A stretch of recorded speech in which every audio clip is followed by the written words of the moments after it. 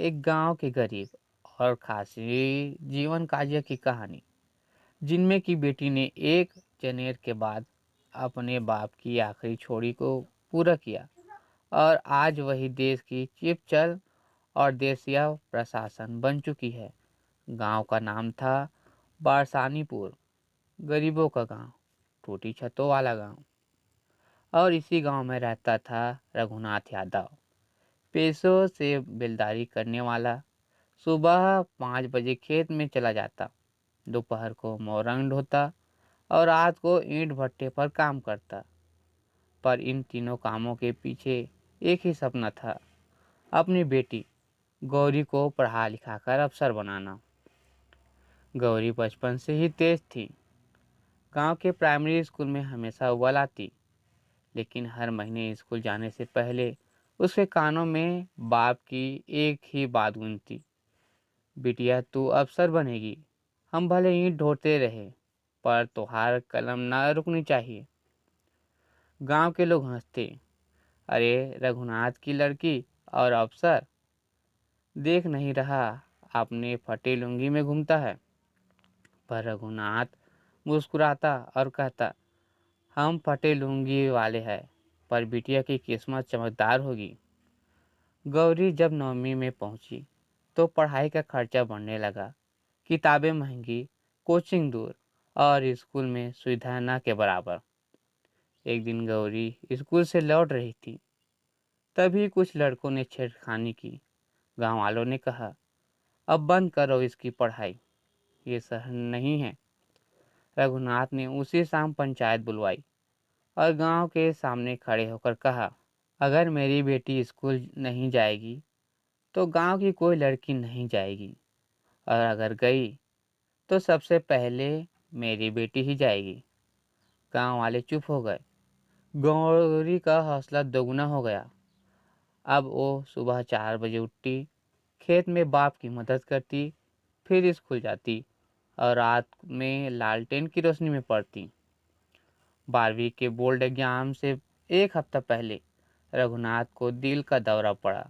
अस्पताल दूर था, पैसे नहीं थे और इलाज के अभाव में वो दुनिया छोड़ गए। गौरी की दुनिया जैसे थम गई। लोगों ने कहा, अब तो छोड़ो पढ़ाई, शादी कर लो। मगर गौरी ने पिता की चप्पल उठाई, उन्हें माथे से लगाया और कहा, अब मैं ही खुद का बाप बनूंगी, अफसर बनूंगी और इस गांव को भी बदलूंगी। उसने पास के शहर में झाड़ू पोछा का काम शुरू किया, बच्चों को ट्यूशन पढ़ाया और खुद की पढ़ाई जारी रखी। हर रविवार को वो पिता के कब्र पर जाती और बोलती, बाबूजी, अब आप देखना, आपकी गौरी रुकेगी नहीं। गौरी ने ग्रेजुएशन के बाद यूपीएससी की तैयारी शुरू की। एक पुराना मोबाइल, सरकारी कोचिंग के ऑडियो नोट्स और इटेड लाइब्रेरी के पुराने नोट्स से उसने तैयारी की।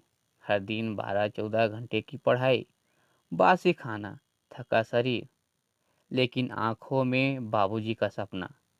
3 बार वो प्रारंभिक परीक्षा में फेल हुई, चौथी बार में उसने मेन पास किया, इंटरव्यू भी क्लियर किया और एक दिन पोस्टमैन ने घर की दहलीज पर चिट्ठी छोड़ी, आपका चयन भारतीय प्रशासनिक सेवा आईएएस में हो गया है।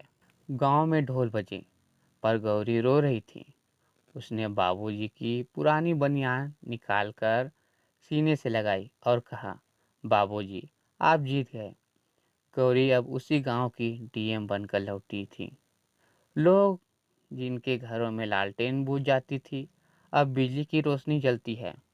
गांव में सरकारी स्कूल बना, लड़कियों के लिए हॉस्टल बना और गौरी हर साल रघुनाथ मेधा छात्रवृत्ति योजना से 100 लड़कियों की पढ़ाई का खर्चा उठाती है।